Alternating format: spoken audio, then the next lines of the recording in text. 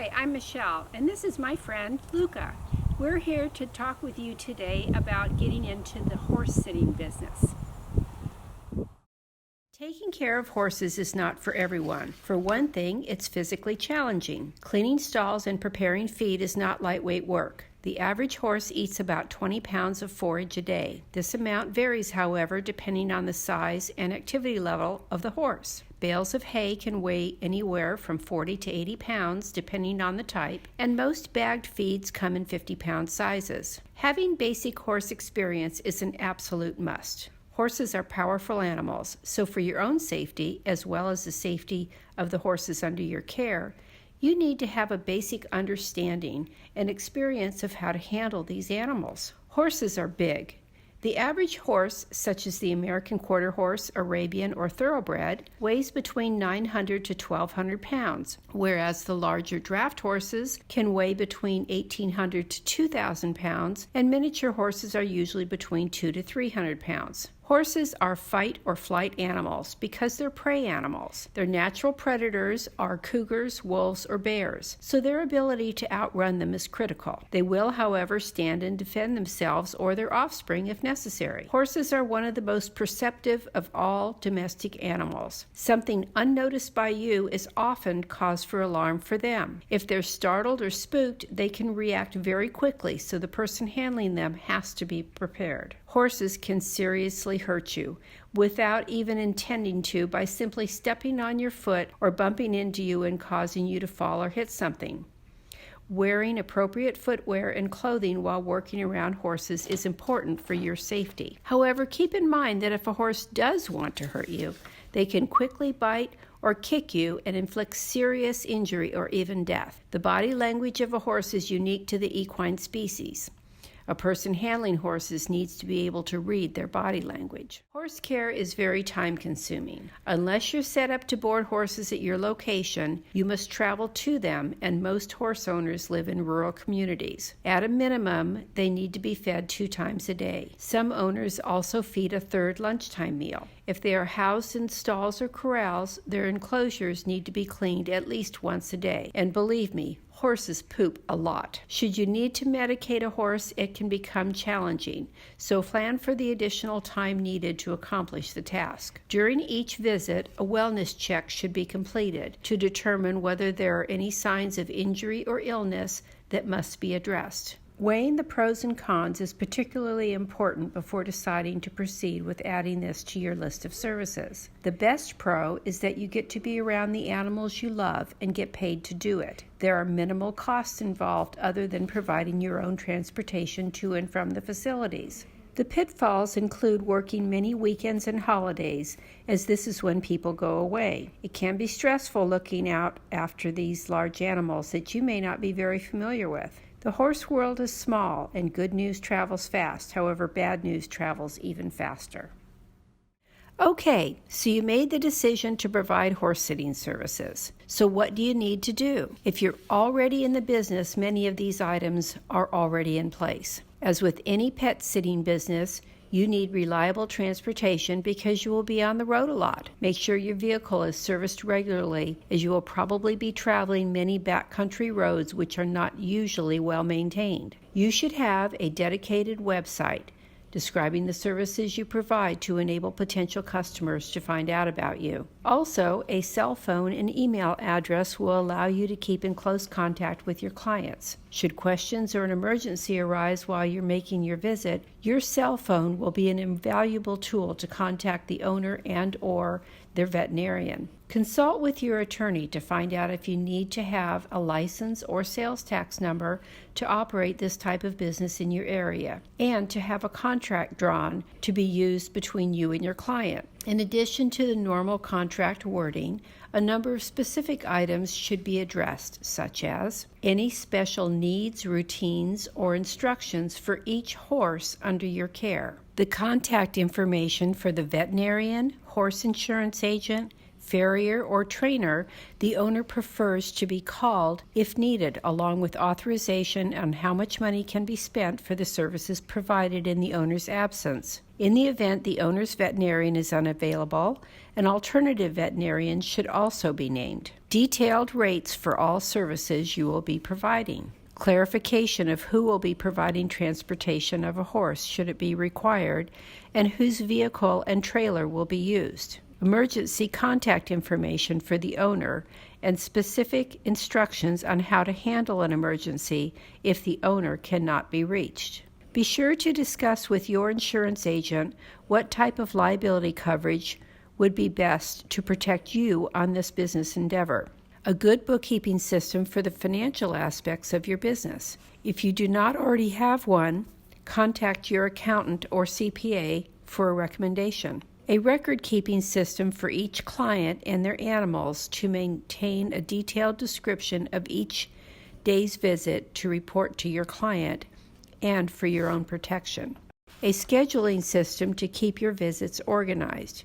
Keep in mind that your calendar should be flexible enough to account for horses' routines and issues that may arise, as well as your availability in the event of an emergency. Determine your rates for all the services you will be providing. Call around and find out what's charged in the local area for comparable services to include feeding and cleaning of stalls or corrals.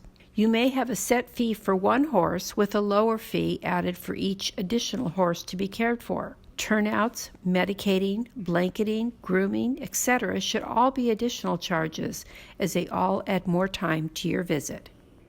There are also some legalities that should be considered and addressed.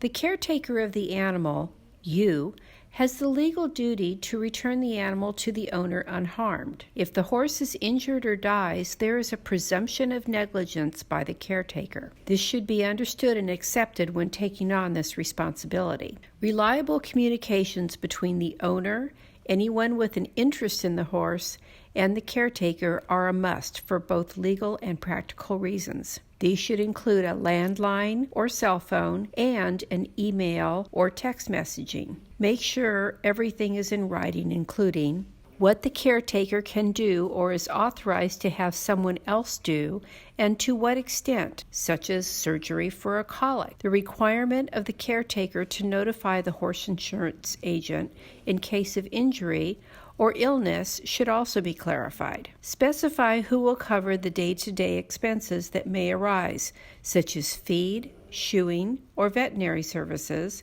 and the amount authorized to be spent on each. Determine how any required transportation services will be handled and by whom. If you provide trailering services, specify whether you are using your vehicle and trailer or the owner's, along with your rate. If you are not offering those services, have the owner arrange for someone who can provide them and get their contact information. Hope for the best, but plan for the worst. Have the owner notify their veterinarian, feed store, and farrier that they are leaving the horse with a caretaker. The owner can authorize expenses in advance, along with discussing the type of services or treatment to be provided in the case of extreme emergencies. Also, in the unfortunate event a horse must be euthanized or dies, how are the remains to be disposed of, and who is to be contacted to take care of it? Have the owner review their liability insurance for coverage should a horse cause injury while in the care of another person,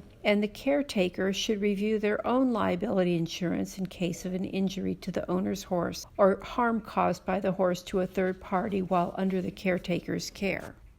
Your website and contract should describe the horse and stable care services you are offering to provide. Morning and evening visits should include feeding, checking and filling water buckets, and stall or corral cleaning unless the horse is kept in pasture. Other services you may consider providing are a lunch feeding, turnout service, and make sure the corral gates or stall doors are securely latched before leaving the horse inside, blanketing, grooming or insect repellent application, caring for other pets and or livestock the owner may have, house sitting, wellness checks and medicating if needed. Each visit to care for the animal should include a wellness check, as horses can go down quickly if things go undetected. Before attending to the horse, take time to observe them for signs of illness, which could include discharge from eyes or nose, coughing, wheezing, welts on the body, lethargy or depression,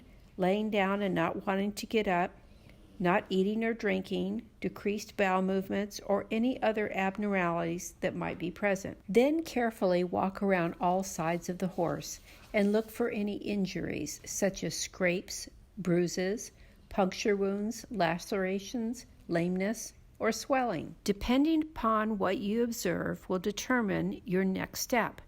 If it is not a serious injury, it may only need cleaning up and a topical medication. Something more serious may require contacting the veterinarian for advice and/or treatment. If you have any doubts as to whether the veterinarian should be contacted, you should call them. Because the owner has already contacted them, they will know this is not your horse and that the owner is out of town. Better to be safe than sorry. Some horses are on regular medications, and the owner can go through them with you on how they are to be administered. Take the time to meet with and interview the owner, tour the facilities, and get introduced to the horses before deciding whether or not to take them on as a client. Make sure you're comfortable that you can handle everything before making a commitment. If you decide to proceed, go through the entire routine, both morning and night, with the owner. Routine and strict adherence to feeding instructions are necessary. Horses have extremely sensitive digestive systems, and a sudden change in their diet can cause severe problems that could require veterinary care, hospitalization, surgery, or even death. Have the owner show you through the feed room.